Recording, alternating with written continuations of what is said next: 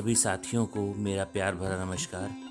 अपनी रामेश्वरम यात्रा के अंतिम चरण में हम आपको ले चल रहे हैं भारत के महान नेता, दिग्गज, पूर्व राष्ट्रपति और प्रतिष्ठित वैज्ञानिक डॉक्टर APJ अब्दुल कलाम के स्मारक पर, जो रामेश्वरम द्वीप में यात्रियों का स्वागत करता है। अब्दुल कलाम मेमोरियल हॉल का उद्घाटन 27 जुलाई सन 2017 को भारत के प्रधानमंत्री श्री नरेंद्र मोदी द्वारा किया गया था।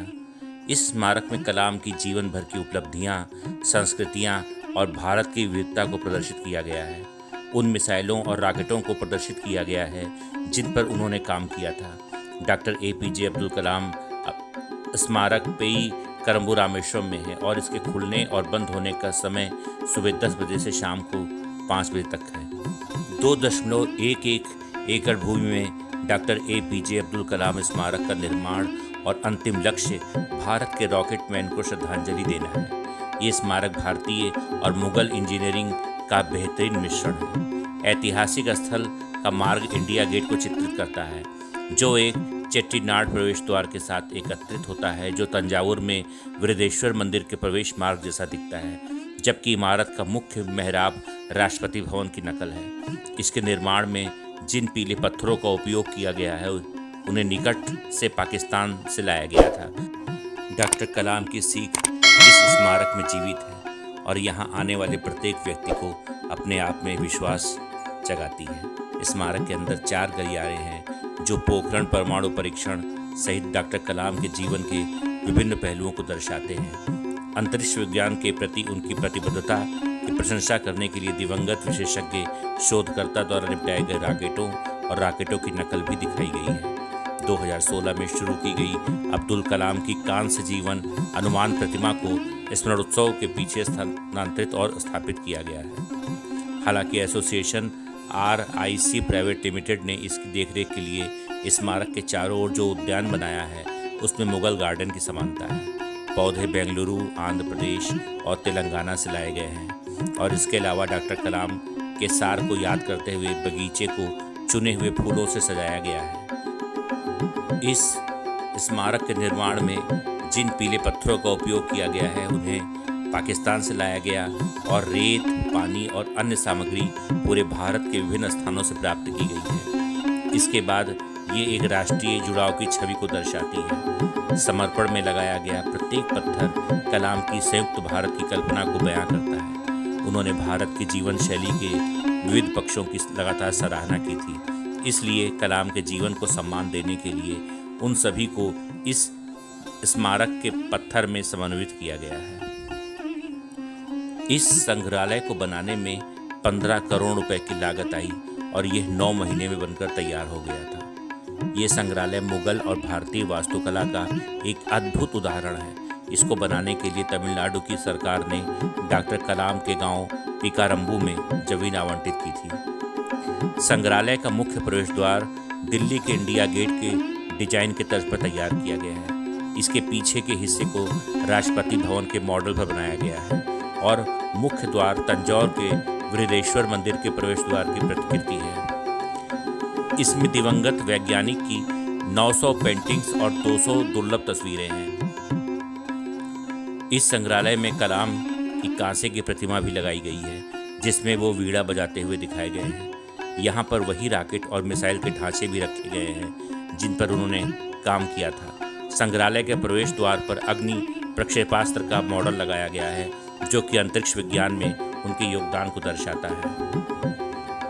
इस संग्रहालय में राष्ट्रपति के परिधान में कलाम की सिलिकॉन से निर्मित 2 जीवंत मूर्तियां रखी हुई हैं, जिसमें वो एक में खड़े हैं जबकि दूसरे में बैठे हैं। इस मूर्तियों को लंदन के मैडम तुसाद संग्रहालय में स्थित मोम की प्रतिमाओं की तर्ज पर विकसित किया गया है।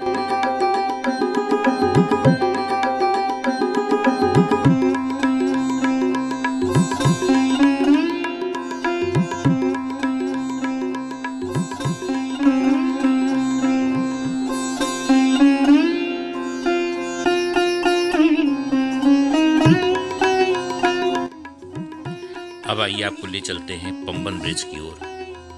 भारत में भारत के सबसे बेहतरीन इंजीनियरिंग चमत्कारों में से एक रामेश्वरम में बहुप्रशंसित पंबन रेल का पुल है, जो रामेश्वरम द्वीप को मुख्य भूमि से जोड़ता है। पंबन पुल भारत में समुद्र पर बने पहले पुल के रूप में एक ऐतिहासिक महत्व रखता है। पंबन रेल पुल के निर्माण के प्रयास 1870 के दशक में शुरू हो गए थे, जब ब्रिटिश सरकार ने श्रीलंका तक व्यापार कनेक्टिविटी का विस्तार करने का निर्णय लिया था। लगभग 2.2 किलोमीटर तक फैला और 143 खंभों के साथ इसे आधिकारिक तौर पर 1914 में चालू किया गया था। ये मुंबई के बारलावली सी लिंक के बाद भारत का दूसरा सबसे लंबा समुद्री पुल है।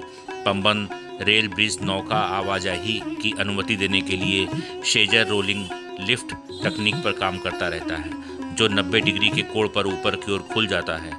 ट्रेन यात्रा के दौरान पंबन ब्रिज को देखकर हमेशा आश्चर्य होता है, जो अरब सागर के नीले विस्तार का अद्भुत दृश्य प्रस्तुत करता है। खाड़ी पर बना भारत का सबसे लंबा पुल माना जाने वाला पंबन रेल पुल 1988 तक रामेश्वरम और मुख्य भूमि के बीच एकमात्र लिंक हुआ करता था, जिसके बाद इसके समानांतर एक सड़क पुल का भी निर्माण कराया गया, जिस पर हम चल रहे हैं। ये पुल बड़े चक्रवातों से बच गया, जिसने शहर के संपन्न हिस्से धनुषकोडी को गंभीर रूप से प्रभावित किया था। बाद में पुल का नवीनीकरण किया गया और 46 दिनों में इसे बहाल कर दिया गया था। 2009 में माल परिवहन के लिए इसे और मजबूत किया गया। अत्याधुनिक प्रौद्योगिकी के साथ एक नया पंबन का पुल बनाया जा रहा है, जो इसे भारत का पहला ऊर्ध्वाधर लिफ्ट रेलवे समुद्री पुल बना देगा। नया पुल भी करीब 2.2 किलोमीटर लंबा होगा और इसे समुद्र तल से 22 मीटर की ऊंचाई तक उठाना संभव होगा। देश की मुख्य भूमि को रामेश्वरम द्वीप से जोड़ने वाला भारत का पहला vertical lift bridge Pamban railway bridge बहुत जल्द चालू हो जाएगा। हाल ही में काम की प्रगति की समीक्षा करने के लिए रामेश्वरम का दौरा करने वाली टीम ने बताया कि पुनर्निर्माण का कार्य बहुत अच्छा चल रहा है और हम जल्द ही सेवाएं भी बहाल कर देंगे।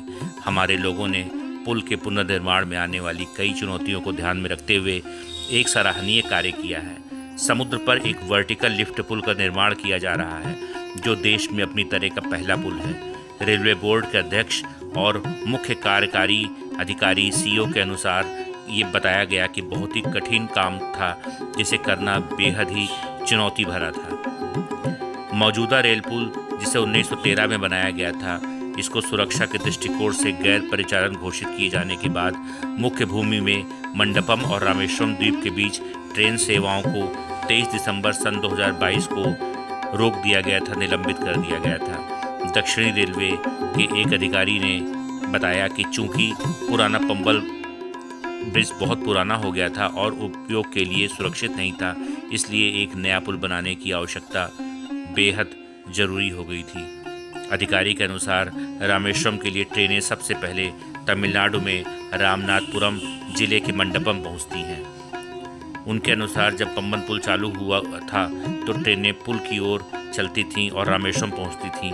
वे पंबन पुल पर धीरे धीरे चलती थीं और लगभग 15 मिनट में तीर्थनगरी पहुंच जाती थीं।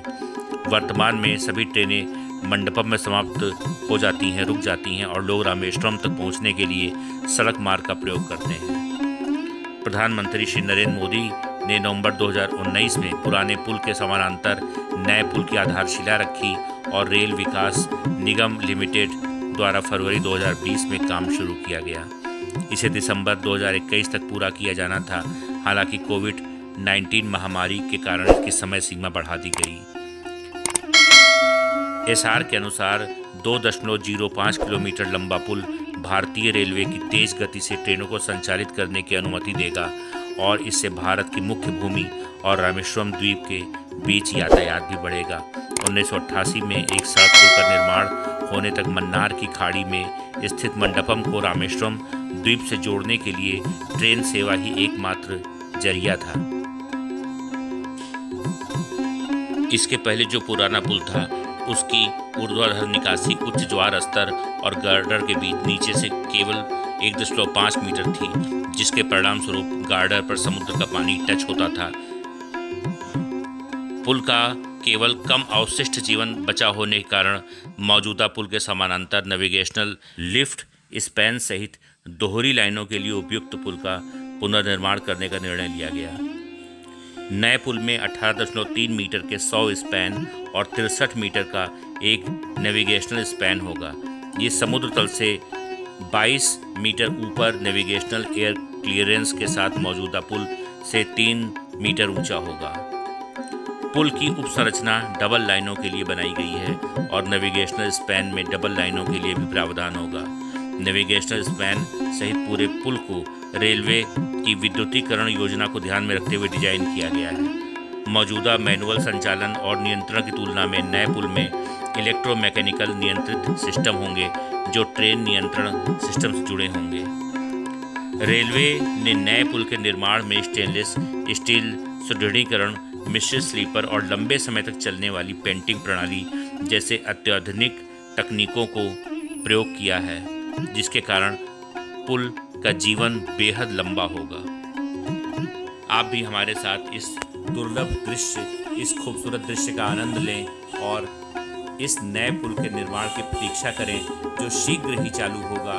और अगर आप रेल मार्ग से आएंगे तो इस पे चलने का एक रोमांचक अनुभव आपको प्राप्त होगा। तुम्हें आना है।